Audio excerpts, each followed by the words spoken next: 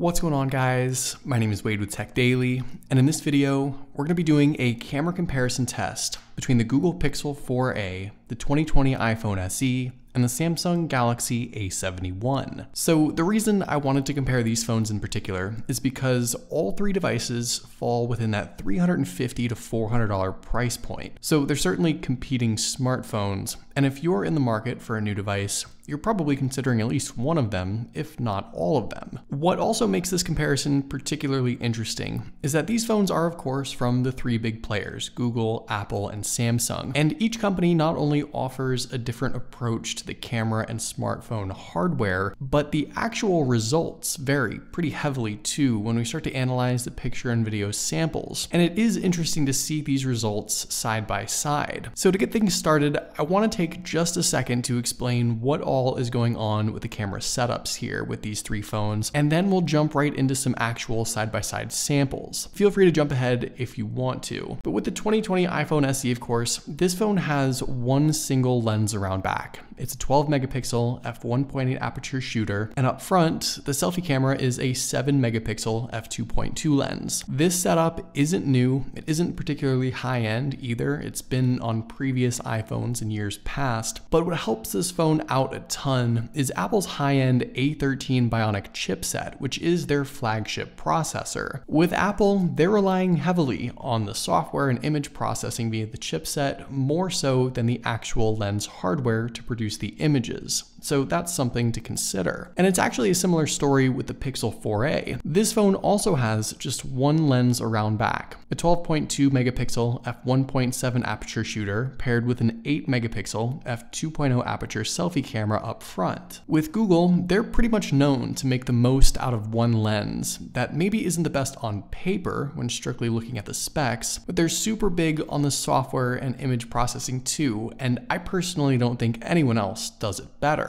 The Samsung Galaxy A71, however, embraces all kinds of lenses and crazy hardware specs. This phone has a quad lens setup around back that's made up of a 64 megapixel f1.8 aperture main shooter, a 12 megapixel ultra wide lens, 5 megapixel depth sensor to help with live focus shots, and a 5 megapixel macro lens for super up close pictures. And with a selfie camera, this phone gets a 32 megapixel f2.2 camera up front.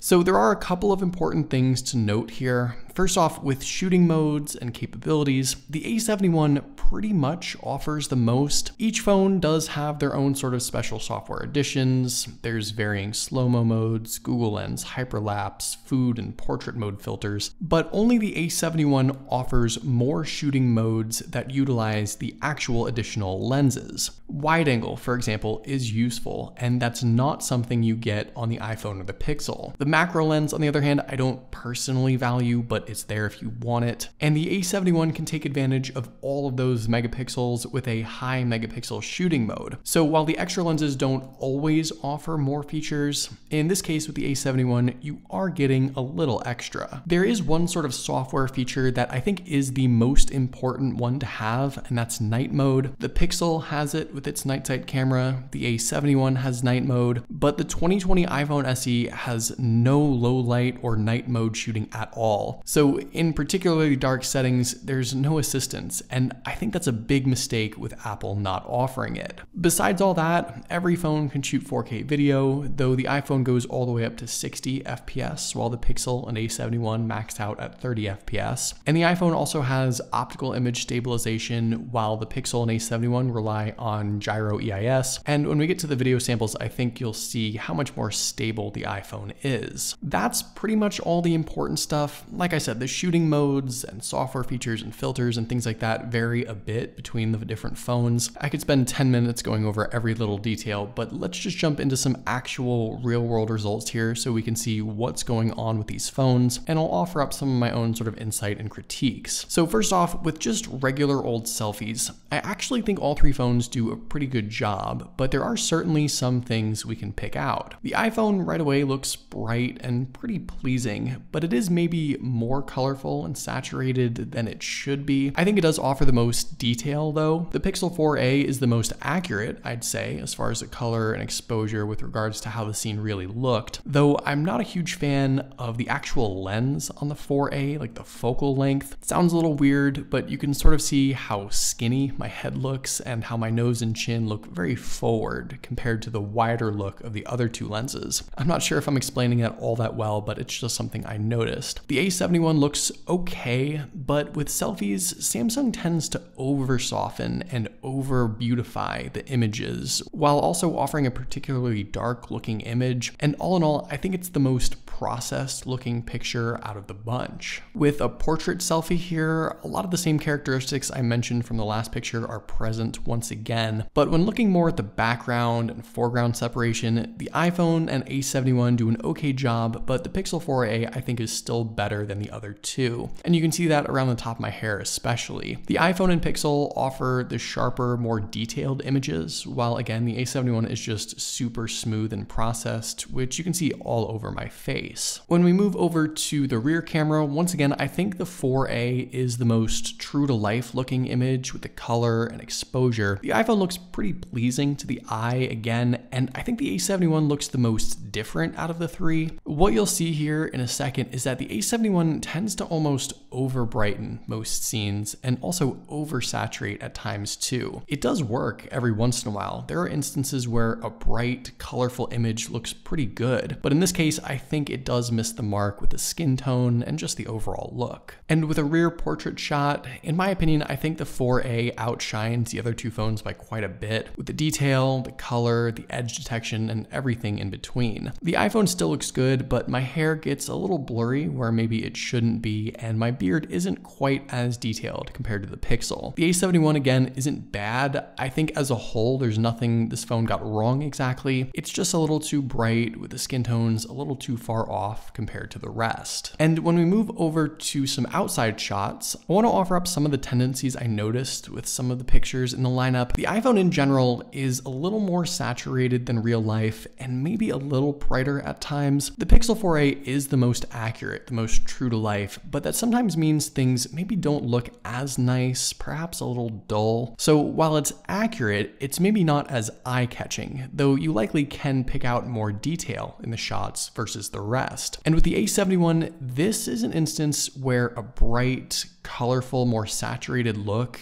actually works. The sky is a bright blue compared to the rest. The clouds are almost starch white. The Paris balloon really stands out, and the trees and the grass are a very vibrant green. This is a picture that looks good with Samsung's color profile, and while it may not be an honest representation of how the scene really looked, I think there are people out there that might argue it's a pretty good looking picture. It's a similar setup here. The Pixel 4a is maybe a little more dull. The iPhone takes it up maybe one notch with a brighter, more colorful result. And the A71 goes probably a few more steps even still with a really bright and really saturated look. Now, when the lights go down, unfortunately, this is where the iPhone gets separated from the other two devices. Like I said already, this iPhone does not offer a night mode while the other two phones do. So you basically end up with results like these, where in some cases the iPhone is not great, other times it's completely unusable. And while the A71 can at least capture the scenes with its night mode, the Pixel 4a here, its night sight camera just blows the other two devices away. And it's not even close. If low light or nighttime shots are your thing, the Pixel 4a is the clear winner. The A71, like I said, is totally fine. It'll get the job done, but Apple not offering any help with low light stuff here on the SE, I think was just a huge mistake. So I have a ton more picture and video samples to show you guys. I want to go ahead and just let them play through here so you can sort of critique and analyze them yourself. Go ahead and run through them, see what you think, and I'll catch back up with you at the end of this video.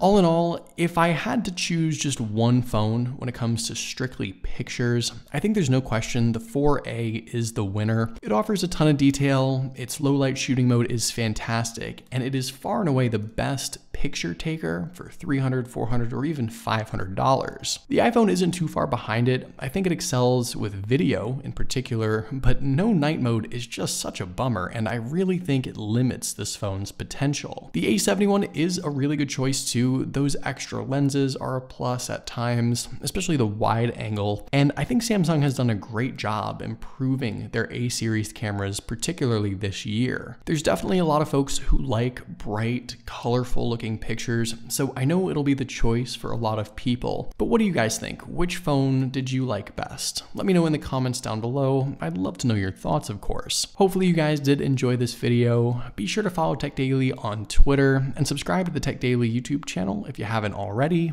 and I'll see you guys later.